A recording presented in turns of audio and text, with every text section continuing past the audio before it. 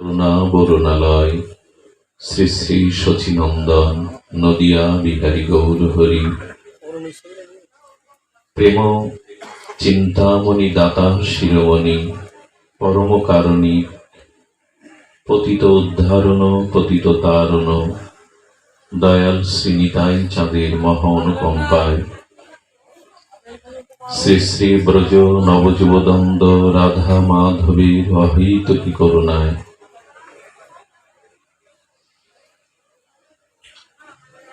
আকাশের সকল নীল দিয়ে প্রভাতের সকল লাল দিয়ে হৃদয়ের সকল অনুভূতি দিয়ে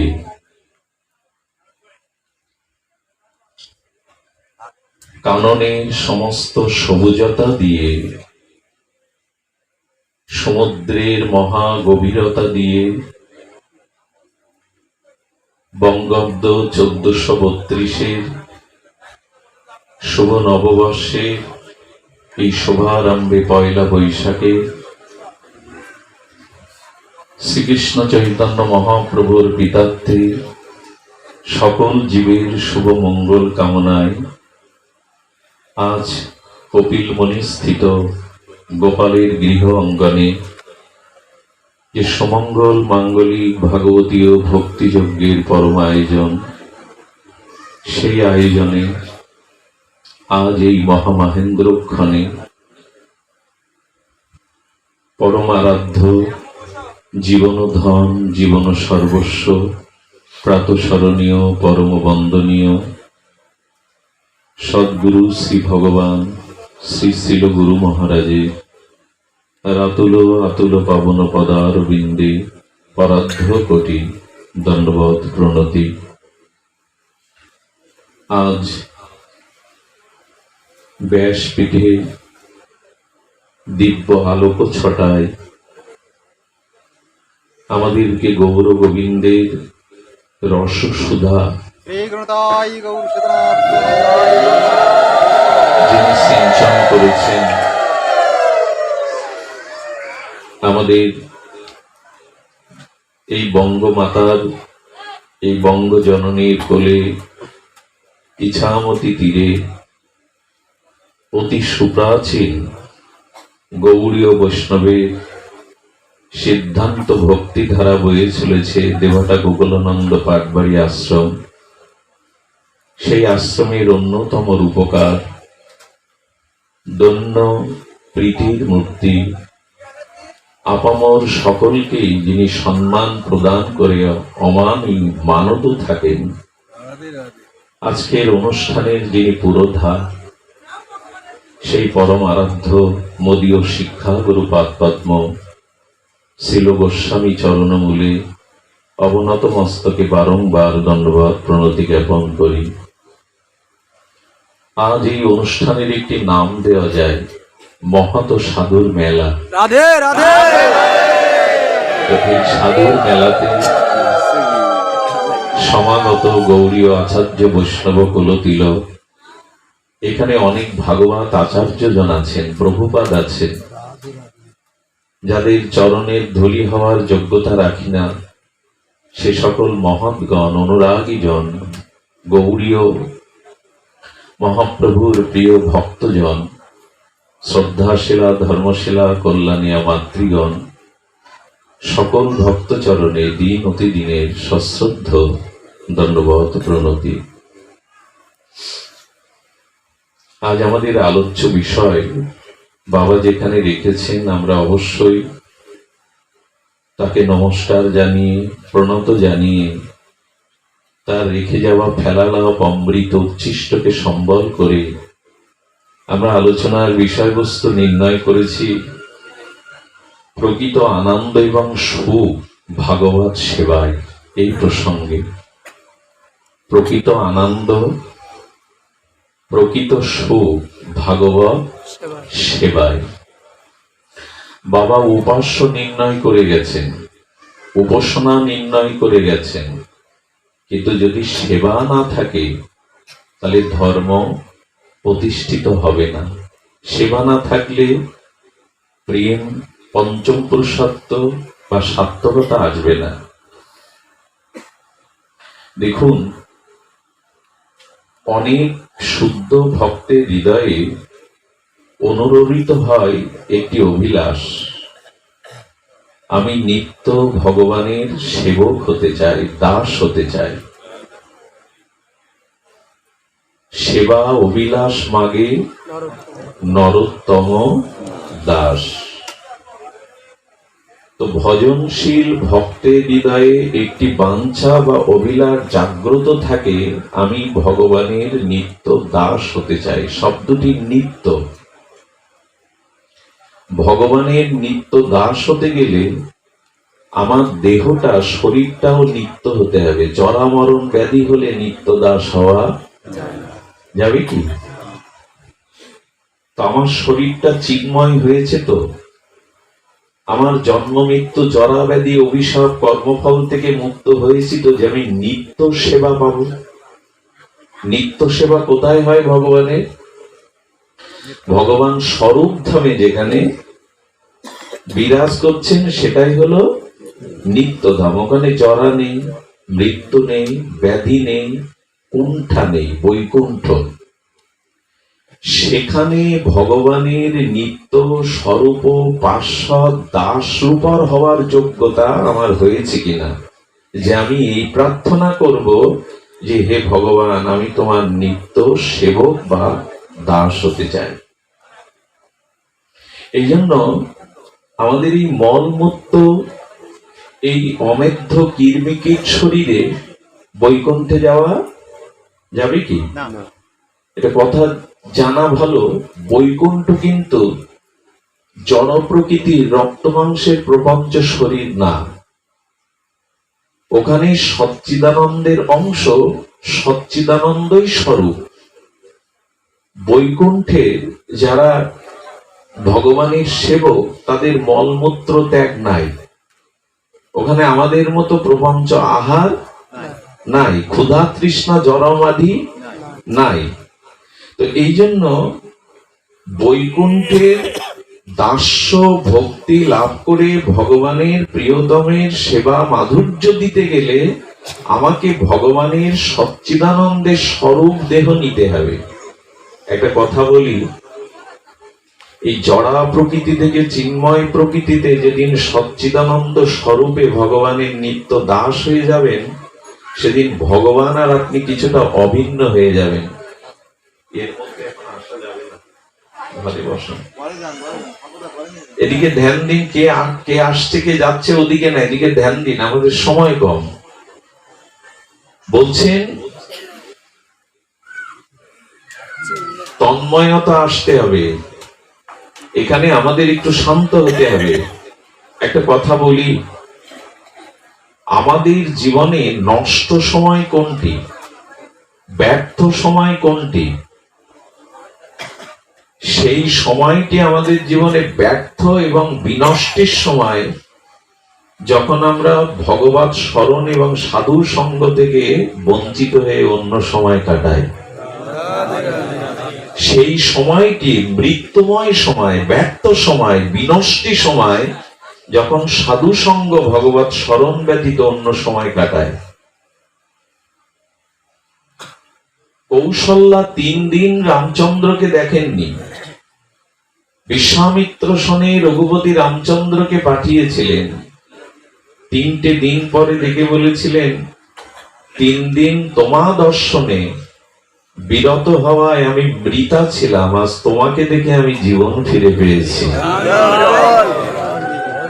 ভগবত স্মরণ মনন ব্যতীত যে সময়টা অতিবাহিত হয় সেটা মৃত সময়, জীবিত সে নয়। যে মুহূর্তে ভগবত স্মরণ ব্যতীত যে সময়টা ব্যয় হয়, সে সময়টা কি সময়? মৃত সময়। যে সময়টা সাধু সঙ্গে, মহৎ সঙ্গে, হরিকথা প্রসঙ্গ, ভগবত লীলা অমৃত রঙ্গে আমরা ভাসি, ওই সময়টাই ভগবানের সিন্ধুকে আমাদের এই ভক্তিটা জমা থাকে। আর যখন বিষয় কর্মে যায়, ক্লাবে যায়, খেলতে যায়, হাসি ঠাট্টা করতে যায়, বন্ধু বান্ধবের সময় কাটিয়ে দেয়, ওই সময়টা ভগবান বললেন আমার সিন্ধুকে জমা থাকে না, ওই সময়টা বরঞ্চ জমানো জিনিস ক্ষয় হয়ে যায়, সৌভাগ্য ক্ষয় হয়ে যায়। এখন সাধু সঙ্গে আসা তো সময়টা কাজে লাগাতে হবে।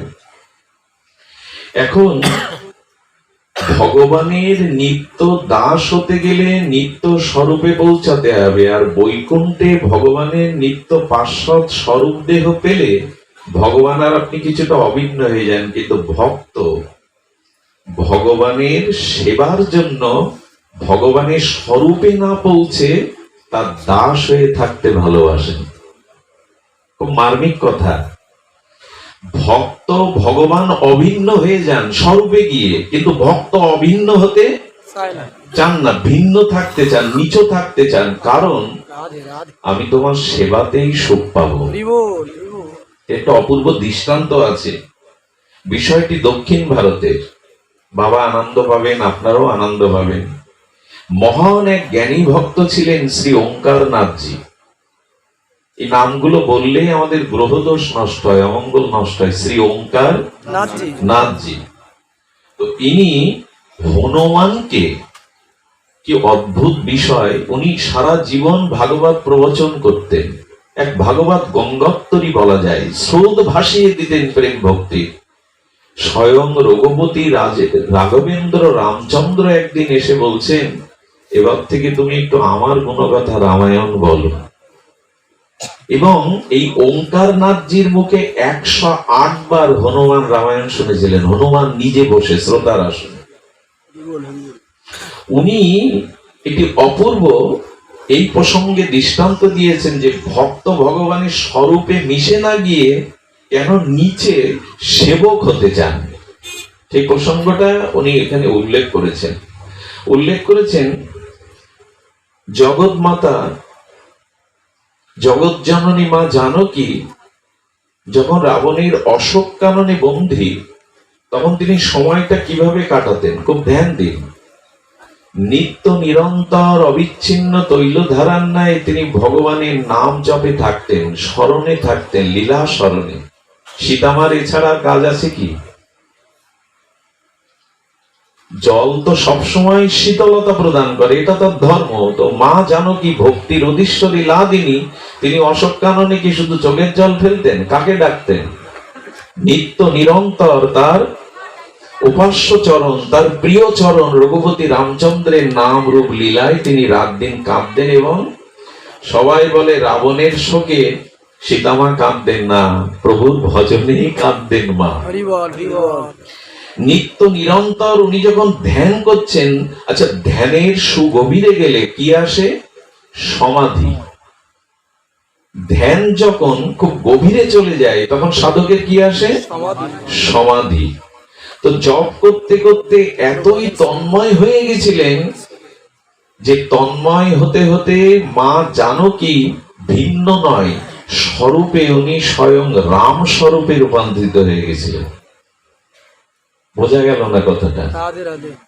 গোপীরা শ্রীধাম বৃন্দাবনে রাসর মঞ্চ থেকে গোবিন্দকে হারিয়ে শ্রী গোবিন্দকে বিরহ কাতারা গোপী সুন্দরীগণ যখন গোবিন্দকে অন্বেষণ করতে করতে বুঝলেন খুঁজে গোবিন্দকে পাওয়া যাবে না, গোবিন্দকে প্রাপ্তির একটাই উপায়, যমুনা পুলিনে বসে এসে আমরা ভগবানের নাম রূপ লোক গীনান কীর্তনের মাধ্যমে, স্মরণ কীর্তনের মাধ্যমে ভগবানকে পাওয়া যাবে। গোপীরা একত্রিত হয়ে আর যমুনা পুলিনে সেখানে তারা তন্ময় বিভোর হয়ে গোবিন্দের নাম রূপ লীলা কীর্তন করছিলেন। করতে করতে তন্ময়তার এত সুগভীর স্তরে চলে গেছেন, তখন গোপীরাই নিজেকে কৃষ্ণ জ্ঞান করছেন, নিজেই কৃষ্ণ স্বরূপ হয়ে গেছেন। এটা হয় স্বরূপের ধ্যান করতে করতে, চিন্তা করতে করতে স্বরূপ প্রাপ্ত হওয়া যায়। একটা লোহাকে চুম্বকে বারবার স্পর্শ করাবেন, দেখবেন চুম্বকের ধর্মটা লোহার মধ্যে চলে আসবে। লৌহখণ্ডটা আগুনে রেখে দিলে তখন আর লোহা থাকবে না, লৌহখণ্ডটাই অগ্নি ধর্ম প্রাপ্ত হয়ে অগ্নি রূপ নেবে। স্বরূপ চিন্তা করতে করতে মানুষ, গোপীরাই তখন কৃষ্ণের হাবভাবে লীলা শুরু করেছেন, কৃষ্ণই হয়ে গেছেন ওই তন্ময়তায় ধ্যানের গভীরে। তেমন সীতামা অশোক কানন নামটা রাবণের দেওয়া না। সীতামা ভগবত স্মরণ করেছিলেন, আর যেখানে ভগবানের স্মরণ মনন হয় সেখানে কোনো শোক আসতে পারে না। এই জন্য সীতামায়ের ভজনের কারণে ওই স্থানটার নাম হয় অশোক। নাহলে রাবণ পুরীতে শোক থাকবে না তো হয়। কিন্তু সীতামা দেখুন আজও নির্দেশ করছে যেখানে ভজন হবে, সাধু সন্ত মিলিত একত্রিত হয়ে দিব্য ভগবানের নাম রূপ লীলা মাধুর্য শ্রদ্ধান্বিত হয়ে সংকীর্তন করবে, সেখানে কোনো আজও শোক পৌঁছাতে পারে না, সেখানে মোহ কাম পৌঁছাতে পারে না। সূর্য কখনো অন্ধকার দেখবে না, সূর্যে অন্ধকার পৌঁছায় না, সূর্যে কখনো সন্ধ্যাও নামে না। ভগবানের দিব্য নাম রূপ যেখানে আরাধনা হয় সেখানে কোনো মায়া মোহ পৌঁছাতে পারে না, পৌঁছাতে পারে না। একেমত্ত ঘুম আসলে হবে না, চোখ খোলা রাখুন। কি বলছেন? নাম জপ করতে করতে তন্ময় হয়ে তিনি যে লঙ্কায় আছেন এই স্মৃতি নাই। গৃহে বা বনেতে থাকো সদা হরি বলে ডাকো। ডাকলে কি হবে? গৃহে থেকে যদি গৌর ডাকেন, আপনি গৃহে নেই, নবদ্বীপে আছেন, বৃন্দাবনে আছেন। গৃহে তো মায়ার, সংসার তো মায়ার, কিন্তু যদি গৃহে বসে গৌর স্মরণ করেন আপনি গৃহে নেই। সীতামা লঙ্কায় হয়ে ভগবানের রাম রূপ লীলাতে স্মরণে তন্ময় হয়ে আছেন। পদকর্তা বলছেন ওঙ্কারনাথ জি, সীতামা লঙ্কায় নেই, প্রভুর চরণে আছে, হৃদয়ে আছে, দূরে নয়। স্মরণ বিস্মরণ হয়ে গেলেই দূরে, স্মরণ থাকলে দূরে নয়। তো সীতামার কে সেবা করতেন? ত্রিজটাই সীতামায়ের সেবা করতেন। তো সীতামার এই দশা দেখে ত্রিজটা বিস্ময় প্রকাশ করছেন। সীতামা শোকে কাঁদছেন না, পরমানন্দে নিজেকে রাম স্বরূপে। এখানে কি বলছেন জানেন? তত্র কৌমহ কৌশোক একাত্মা পশ্যত। কোন রূপ শোক ছিল না, কোন রূপ সীতামায়ের মোহ ছিল না। তো কি হয়েছে? সীতামাতা রামচন্দ্রের ধ্যানে তন্ময় হয় যখন একাত্ম হয়ে গেছেন, তখন ত্রিজটাকে বলছেন যে আমি রামময় হয়ে গেছি। সীতার কোনো ভিন্ন আবেশ আর সীতার মধ্যে দেখেন। ভজন করতে করতে, ভগবানের সেবা করতে করতে আপনিও স্বরূপে মিশে যাবেন। এটাই হলো স্বরূপ ধর্ম, স্বরূপ প্রাপ্তি। এর একটা দৃষ্টান্ত দেওয়া যায়, দৃষ্টান্তটি সকলের জানা। সেটি হলো কুমারিকা পোকা, কুমক্ষী পোকা বলে গ্রাম বাংলায় যাকে বলা হয়। আপনার ঘরের জানালায় বা বাতায়নে দরজাতে দেখবেন মাটির ঘর তৈরি করে, ওখানে আরশোলা বা কোনো পোকা ওর মধ্যে নিয়ে যায়। ওই অন্ধকার কুটিরে ওর এই ভয় থাকে, এই বুঝি আমাকে হুল ফুটিয়ে মেরে ফেললো, আমাকে গ্রাস করলো। ওর ওই মৃত্যু ভয়ে তন্ময় হতে হতে ওই দেহটা মরে গিয়ে আলাদা রূপ নেয় না, ওই আরশোলাটাই কুমারিকা পোকা রূপ নিয়ে নেয়। ধ্যান করতে করতে ওই বুঝি মেরে ফেললো, ওই বুঝি আমাকে হুল ফুটিয়ে প্রাণ নিয়ে নিল। এই ধ্যান ও তন্ময় হতে হতে ও মরে যায় না, ওই রূপ বদলিয়ে কুমারিকা পোকা রূপ নেয়।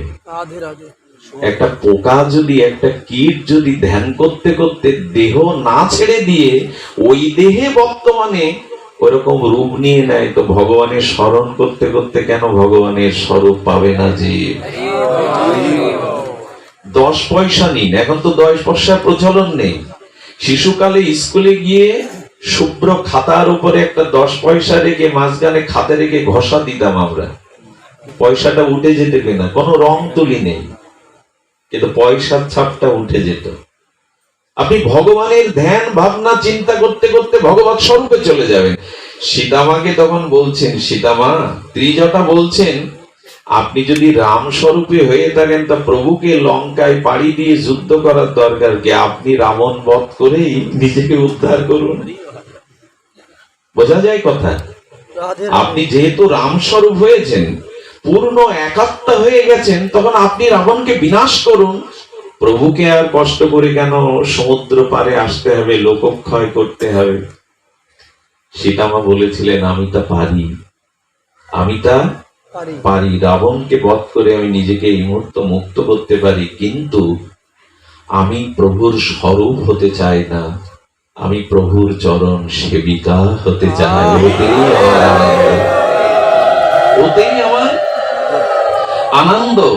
দেখো, রাম মর্যাদা পুরুষোত্তম রাম আমার দিকে ছাড়া জগতের দ্বিতীয় কোন রমণীকে মা ছাড়া ভাবে না।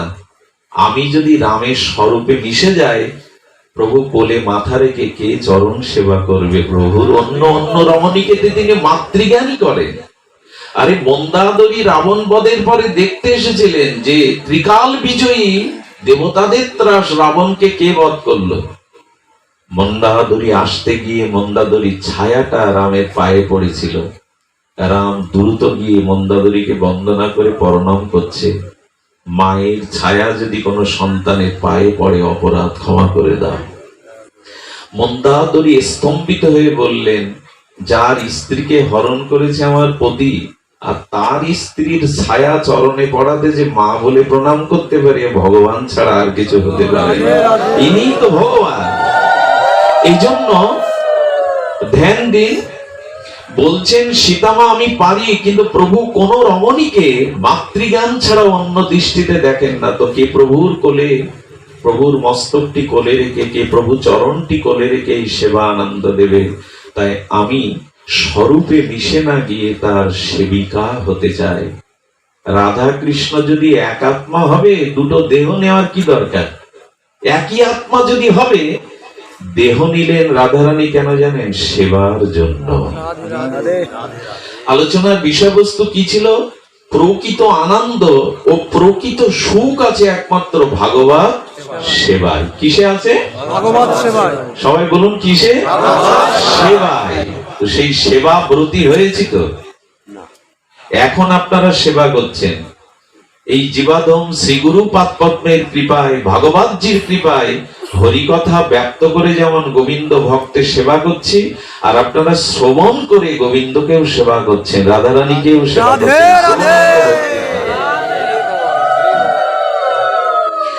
এই জন্য শাস্ত্রে বলছেন যে সীতা ঠাকুরানী মা জানকী মিশে যেতে চাইছেন না। রাবণ বধ তার পক্ষে সম্ভব ছিল কি? সিদ্ধান্ত দেখুন, সেবিকা হতে চাইছেন। রাধারানীও তো এই কারণে আলাদা শরীর নিলেন। কৃষ্ণ বাঞ্ছা পূর্তি রূপ করে আরাধনে, অতএব রাধিকা নাম পুরানো বাখানে। কৃষ্ণ সেবার জন্য কৃষ্ণ অভিন্ন স্বরূপ আত্মা আলাদা রূপ নিচ্ছে শুধু সেবার জন্য। আচ্ছা, একটা কূট প্রশ্ন যদি করে বসি, রাধারানী তুমি গোবিন্দকে সেবা করবে সেবিকা হয়ে, তো নারী রূপ নিলে কেন? একটা পুরুষ রূপ নিলে পারতে, হনুমানের মতো, প্রহ্লাদের মতো, নারদের মতো। তুমি এই কিশোরী রূপ নিয়েই তো যত ঝামেলা বেঁধেছে রাধা কৃষ্ণ, এই ঝামেলা বেঁধেছে। যারা বিমুখ, যারা শাস্ত্র জানে না, তারা তোমার এই নারী রূপ দেখে, কিশোরী রূপ দেখেই তো ভুলিয়ে ফেলেছে। রাধারানী বললেন, কিশোরী রূপ না নিলে, নারী রূপ না নিলে সেবা করা যায় না। নারীত্বই সেবিত্ব।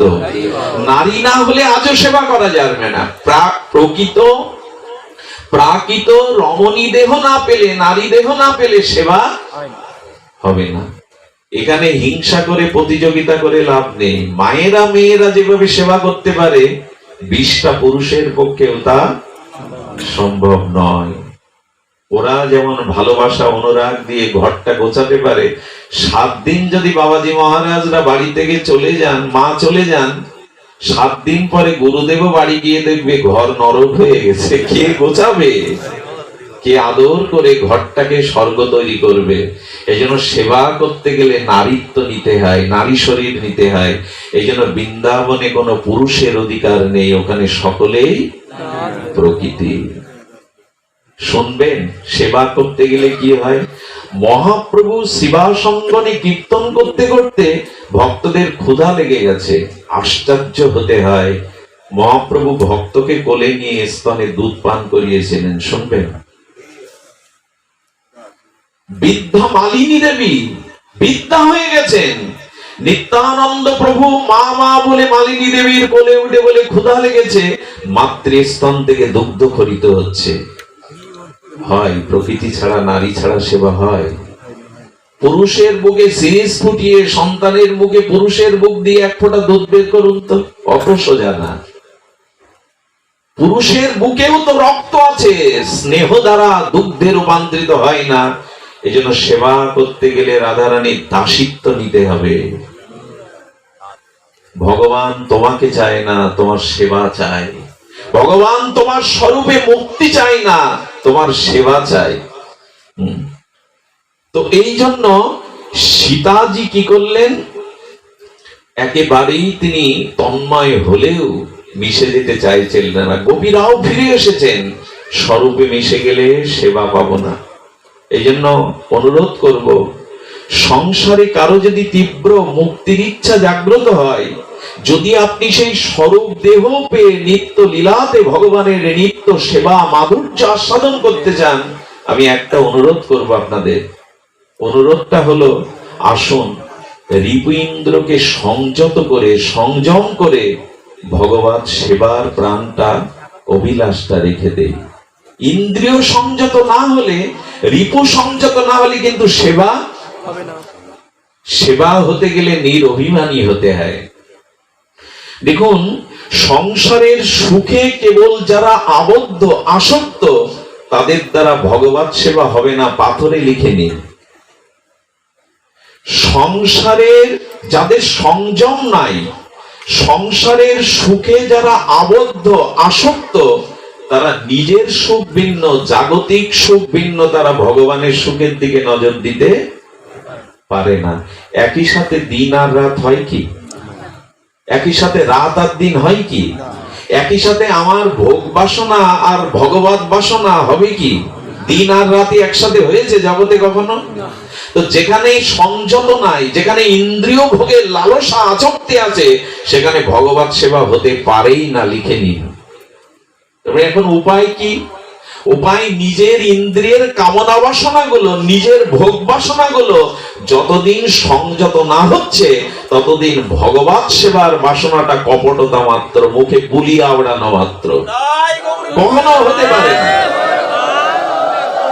এবং জেনে নিন, যার শাস্ত্র বৈদিক জ্ঞান, সমস্ত নিখিল শাস্ত্রের জ্ঞান আছে, অথচ যার রিপু ইন্দ্রিয় সংযত নাই, তার দ্বারা জ্ঞান ভক্তির পথে চলাও সম্ভব কোনোদিনই নয়। এই জন্য সংসারের যাবতীয় খুঁটিনাটি নিকৃষ্ট, একে দুঃখ মনে করে, ভক্তির পরমানন্দ মনে করে, সেবাই জীবনের প্রকৃত আনন্দ মনে করে, যিনি সেবায় রত, তিনি প্রকৃত সুখ এবং আনন্দের সন্ধান পাবেন। দেখুন, আনন্দ বোধটা কেমন? বাবা থাকলে আমি একটা শক্তি পাই, কেন জানি না কোথা থেকে কথা সরবরাহ হয়। পাওয়ার হাউস আছে বলেই তো বিদ্যুৎ আসছে, নাকি বাল্বই বিদ্যুৎ দিচ্ছে, তার বিদ্যুৎ দিচ্ছে, খুঁটি বিদ্যুৎ দিচ্ছে।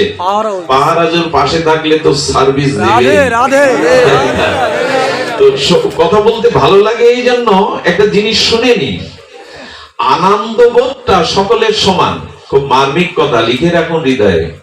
শূকর, একটি শূকর অমেধ্য মলমূত্র খেয়ে যে সুখ পায়, আমরা আস্বাদ্য মাছ মাংস খেয়ে সেই সুখের দিক দিয়ে জিভ ভালো লালসে একই সুখ পাই।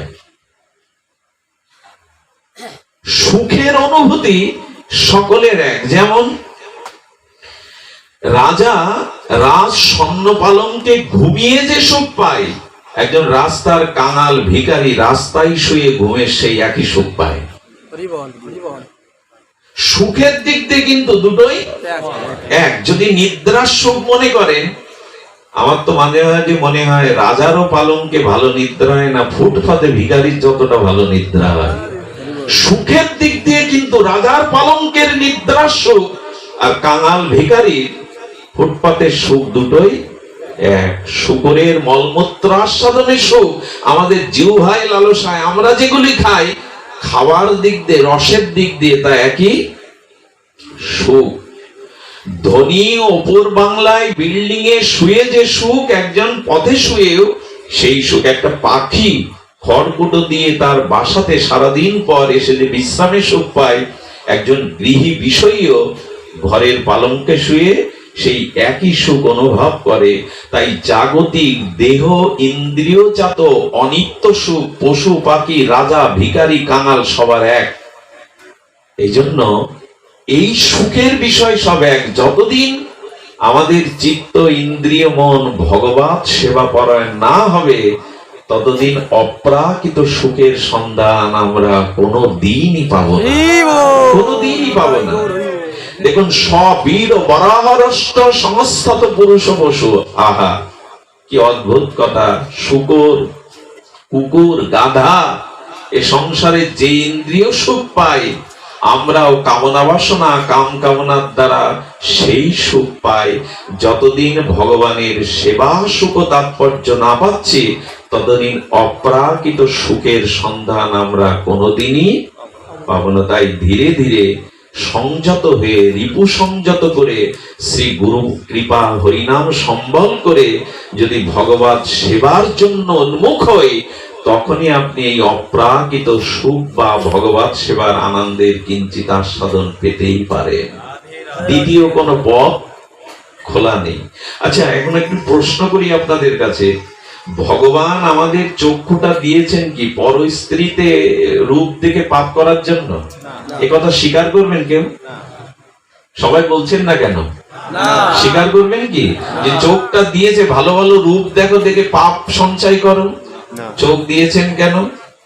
এই জগতে সবার মধ্যে তুমি আছো তোমাকে দেখবার জন্য, এটা কাজে লাগাই তো। এখন যদি নিজের কাছে প্রশ্ন করি, চোখটাকে এইভাবে কাজে লাগাই তো? আচ্ছা, এই যে আসনটা কার জন্য? সবার জন্য এখানে? কার জন্য? গুরু মহারাজের জন্য। এই তো, আসনটা কি আসনের জন্য না আসনটা গুরু মহারাজের জন্য? বাড়িটা কি বাড়ির জন্য না বাড়ির মালিকের জন্য? মালিকের জন্য। সাইকেলটা সাইকেলের জন্য না সাইকেল যে চড়ে তার জন্য? যে চড়ে তার জন্য। চোখটা কার জন্য? পাপটা দেখার জন্য? ভগবান চোখ দিয়েছেন আমাকে দেখো, দেখে চোখটাকে ধন্য করো। এটাই তো সংযত, এটাই তো সাধনা। নয়ন মেলে যেন যাহা যাহা নেত্র পড়ে, তাহা তাহা কৃষ্ণ স্ফুরে। যারা শুধু মন্দিরে রাধা মাধব দেখে, রাম ভগবানকে দেখে, নৃসিংহ দেখে, বাইরে দেখতে পায় না, এরা খুব ক্ষুদ্র অল্প বুদ্ধি সম্পন্ন। যারা মন্দিরে ভগবানকে দেখে আর সকলের মাঝে ভগবানকে দেখে, এরাই প্রকৃত প্রেমিক ভক্ত, এরাই প্রকৃত মহান ভক্ত, এরাই প্রকৃত মহান ভক্ত। আচ্ছা, জিহ্বাটা দিয়েছেন কি অমেদ্য খাদ্য আর মিথ্যা বলার জন্য, লোককে ঠকানোর জন্য? বাড়িটা কি বাড়ির জন্য? আবার বলছি, নদীর জল নদীর জন্য, বৃক্ষের ফল বৃক্ষের জন্য, পালঙ্কটা পালঙ্কের জন্য নয়, পালঙ্কে কেউ শয়ন করে তার জন্য। এবং জিহ্বাটা দিয়েছেন মিথ্যা বলার জন্য, অমেদ্য খাদ্য রস খাদ্যের জন্য। কাজে লাগাচ্ছি কি? এখন তো সাই পড়ছি, মাথা নাড়ছি, বলতেও ভালো লাগছে, শুনতেও ভালো লাগছে, কাজ করছি কি? ধরা পড়ে যাব। ভাগবতটা শুনতে পুণ্যের জন্য আসবেন না। ভাগবত শুনতে আসলে পুণ্য হবে এই আশায় কেউ আসবেন না। ভাগবতে কোনো পুণ্য হবে না আপনাদের। ভাগবত আপনাদের দুটো জিনিস দেবে, খুব মার্মিক কথা। ভাগবত আপনাদের প্রথমে একটা আয়না দেবে, সে আয়না বাইরের আয়না না, দর্পণ না। ভাগবত দর্পণে মুখ দিলে বুঝতে পারবেন আমার অসুন্দরতাটা কোথায়, আমার সমস্যাটা জীবনের কোথায়। আচ্ছা, আয়নার সামনে দাঁড়িয়ে যদি কোনো কালি লেগে থাকে, সাজতে গিয়ে যদি একটু রং চং এদিক ওদিক হয়ে থাকে, লেগে থাকে, ওটা আয়না দেখিয়ে দেয় কিনা যে তোমার এইখানটায় খুদ আছে? যেমন ভাগবতে এলে জানা যায় ভক্তির পথে আমার অন্তরায় বাধাটা কোথায়, অসুন্দরতা কোথায়। ভাগবত দর্পণ দিয়ে দেয়। এই জন্য মানুষ পাগলের মতো ভাগবতে শুনছে। এই জন্য এখানে এলে নিজেকে চেনা যায়, জানা যায় আমার অক্ষমতাটা কোথায়, আমার অসুন্দরতাটা কোথায়। আর ভাগবত কি করে জানেন? ভাগবত নিজের সৌন্দর্যকে জানিয়ে দেয়, আনন্দকে জানিয়ে দেয়। আয়নার সামনে সেজে গুজে গেলে যেমন বারবার দেখতে ইচ্ছা করে, আমাকে বেশ মানিয়েছে, হেসে দেয় একটু আয়নার সামনে, বাহ ভালো তো দেখাচ্ছে, আনন্দটা ফিরিয়ে দেয়। ভাগবত আমাদের ভেতরের আনন্দটা জাগরিত করে দেয়। তাহলে জিহ্বা অপরের নিন্দা করার জন্য আচ্ছা, জিহ্বায় হাড় দেয়নি কেন ভগবান? আমাদের প্রত্যেকটা দেহের প্রতিটা ইন্দ্রিয়ে হাড় বা শিরা আছে কিনা? একটু কথা বলুন, কথা বললে ভালো লাগে। ঘুম, মানে ঘুম তো পাশের লোক একটু চেঁচিয়ে উঠলে ঘুম চলে যায়। ঘুমানো যে কি সমস্যা বুঝি না হই। তো লক্ষ্য করুন, জিহ্বায় হাড় দেয়নি কেন ভগবান? দেয়নি এই কারণে কথাগুলো হিত এবং মিত বলো, সুন্দর করে বলো। ওখানে এই জন্য শক্ত হাড় দেয়নি, কথা যেন শক্ত না হয়। আচ্ছা, তো আমাদের জিহ্বা দিয়েছেন ওই জন্য। আচ্ছা, মন দিয়েছেন কেন? সংসার চিন্তা কুচিন্তা করার জন্য। আগেই বলেছি খাটটা খাটের জন্য না, খাটটা কোনো মানুষের জন্য। মন দিয়েছেন কেন ভগবান? বাবা একটু বলুন, মন দিয়েছেন কেন? নিজের চিন্তা, সংসার চিন্তা, কাম কামনার চিন্তা করতে? মন দিয়েছেন ভগবান চিন্তনের জন্য। আমাদের প্রতিটি কার্য যদি এ জাতীয় ভাগবত বিচার বিবেচনার দ্বারা আমরা ইন্দ্রকে ভগবতমুখী করতে পারি, তখনই আমাদের জীবনে কি আসবে? তখনই ভক্তির শুরু আসবে। এর আগে ভক্তি শুরু হবে না। বাবা কতক্ষণ সময় নেব? 2 ঘন্টা বলতে থাকো, তাই না? সুধীবৃন্দ, তাহলে আমরা কি জানলাম? জানলাম আমাদের হৃৎপিণ্ডগুলো যদি ভগবানের সেবাই করতে চায়, তাহলে কি করতে হবে? না, হৃৎপিণ্ডগুলিকে কাজে লাগাতে হবে। সুধীমণ্ডলী, আমরা বলেছিলাম প্রকৃত সুখ, প্রকৃত আনন্দ আছে আমাদের কিসে? ভগবত সেবাতে। তো আসুন আমরা ভগবত সেবার দুটি বৃন্দাবনের দৃষ্টান্ত নেব। আমি আবার একটু লীলা বলতে ভালোবাসি, বিদ্যা কম তো, আমার পাণ্ডিত্য কম, লেখাপড়াও জানা নাই। এই জন্য আসুন একটু সহজ করে বুঝি। আমরা মূল প্রস্তাবনাটা করলাম, ইন্দ্রগুলিকে ভগবানের সেবামুখী করতে হবে, নিজের আত্মভোগমুখী না করে, আত্মেন্দ্রিয় প্রীতিবাঞ্ছা না করে ভগবানের সেবামুখী করতে হবে। সেবামুখী করবার জন্য প্রথমে আমাদের দাস শব্দটা বলেছে। আচ্ছা, দূত হনুমানকে কি বলা হয়? রাম দূত। ধ্যান দিয়ে শুনছেন নিশ্চয়। হনুমানকে কি বলা হয়? রামদূত। আর একজন আছে রাজদূত। হ্যাঁ, কি অনুদা, কি দাদা এসছে নাকি? ওরকম দেখা যাচ্ছে, আবার দেখছি তেমন না। জয় নিতাই, নিতাই গৌর প্রেমানন্দে। রাজদূত